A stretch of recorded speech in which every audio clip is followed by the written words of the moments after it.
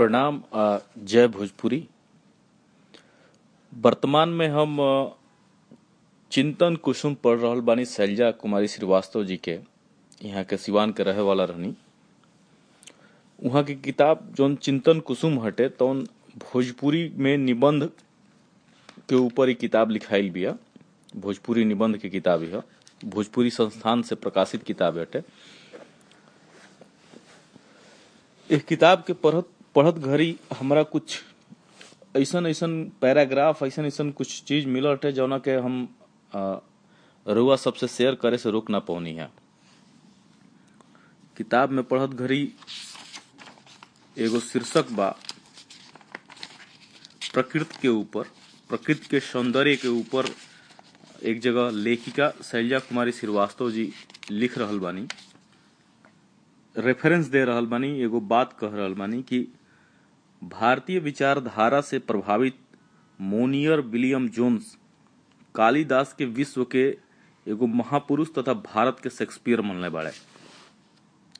German के प्रसिद्ध कवि गेटे के कथन है, यदि यौवन बसंत के सौरभ आ प्रौढ़ ग्रीष्म के मधुफल के परिपाक एके जगह देवे के होखे, अंतःकरण के अमृत के समान संतृप्त चाहे मुग्ध करे वाला रसायन देखे के होखे, स्वर्गीय सुषमा आ पार्थिव ऐश्वर्य, स्वर्गीय सुषमा और पार्थिव ऐश्वर्य दोनों के अभूत सम्मिलन के अपूर्व झांकी करे के चाहत होखी, तो पहले कवि कुल गुरुदास के रघुवंश महाकाव्य में वर्णित संगम के चित्र देखी, जे कतना अलंकृत, विशुद्ध और रमणीय बा, जे बरबस मन के पर्दा पर वास्तविक चित्र खींच देत बा। लेखिका एजुगा रघुवंश महाकाव्य के ओह पैराग्राफ के कोट कर रहल बाड़ी जौन कुछ ऐसन बा, हे निर्दोष अंग वाली सीता, तनी गंगा और जमुना के संगम के त देखा, जमुना के तरंग से मिलत गंगा के प्रवाह कैसन सुंदर लागत बा। कहीं ऐसन मालूम पड़ता कि मोतियन का लड़ी में चमकीला नीलम पिरो दिहल गईल बा।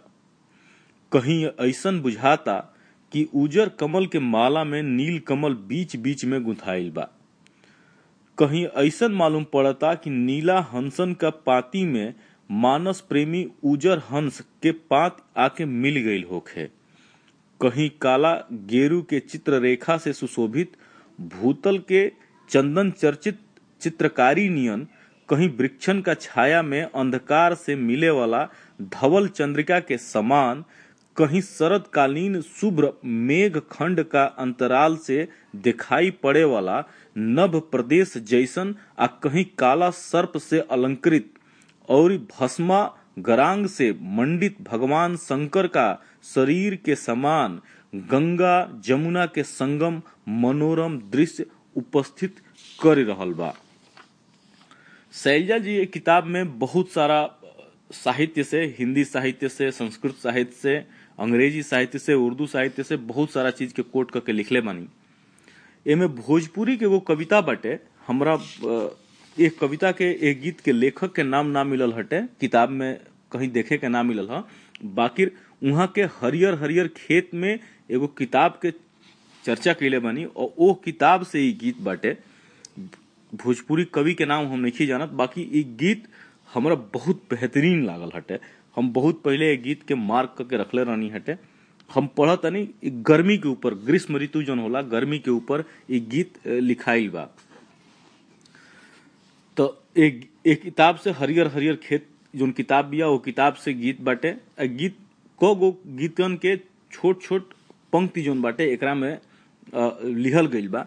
तो हम वो 3 गो पंक्तियन के पढ़ल चाहब, जना में पहला पंक्ति है, मरघट के तट से पनघट तक बिछल रात के डेरा, मरघट के तट से पनघट तक बिछल रात के डेरा, नागिन के फन पर चढ़ पंछी, नागिन के फन पर चढ़ पंछी खोजत मिलन बसेरा।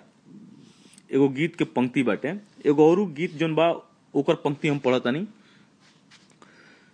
तलफत भुभुरी रेत बवंडर के, तलफत भुभुरी रेत बवंडर के घिरनी से नाचल, उड़ल सड़क के धूल डगर से धुक्कर, धूल धुक्कर जौन कहाला, उड़ल सड़क सड़क के धूल डगर से धुक्कर, चलल हवा के तह पर उगिलत आग, हहर के अग्निदेव के रंत खेत में काटल चक्कर।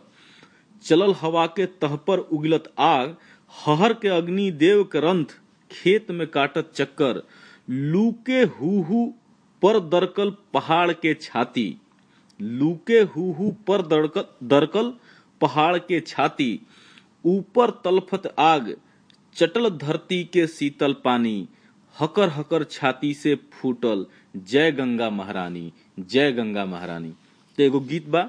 एगो औरू गीत हरियर हरियर खेत से ही लेखिका शैलजा जी एजा रेफरेंस में लेले बनी।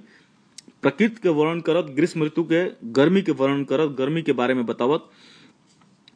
घमसल बा दुपहरिया धू धू जरत लुकार उठाई के, धमसल बा दुपहरिया धू धू जरत लुकार उठाई के। हरियर दुबिया के पतई ऐठार गईल मुरझाई के, हरियर दुबिया के पतई ऐठार गईल मुरझाई के। बनके हरिना गछिया तर हाफत बाटे अगियाई के, बनके हरिना गछिया तर हाफत बाटे अगियाई के। लोटल हरिन लपलप जीभ निकाल टांग पसराई के, लोटल हरिन लपलप जीभ निकाल टांग पसराई के। झाय झाय के शब्द होत बा खेतिन के मैदान से, भुइया भुभुर भइल ए गुइया लूक उठल आसमान से, भुइया भुभुर भइल ए गुइया लूक उठल आसमान से। ये हरियर हरियर खेत से ये रचना बाटे शैलजा जी के किताब चिंतन कुसुम में, जौन की भोजपुरी निबंध पर लिखल गईल बा। प्रकृति और सौंदर्य के बारे में यह किताब के में चर्चा भइल बाटे। बहुत काव्यात्मक और गद्य के बेहतरीन नमूना जौन बाटे ये किताब में रुआ सब देख सकेनी। भोजपुरी साहित्य में जौना में कुछ अनुवाद बा और कुछ लेखिका के खुद के आपन रचना बाटे। बाकी भोजपुरी साहित्यकार लोगन के भी बहुत जगह रचना दिहल गईल बा।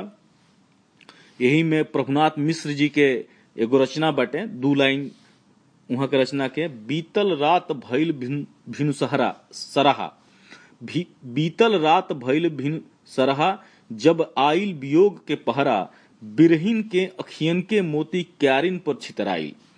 तो भोजपुरी साहित्य के जौन अलंकार और जौन उपमा बाटे गजब के बाटे किताब में। किताब के पढ़त घड़ी रुआ लागी कि भोजपुरी साहित्य कतना गहिर बा, कतना बरियार बाटे आ कतना बेजोड़ बाटे।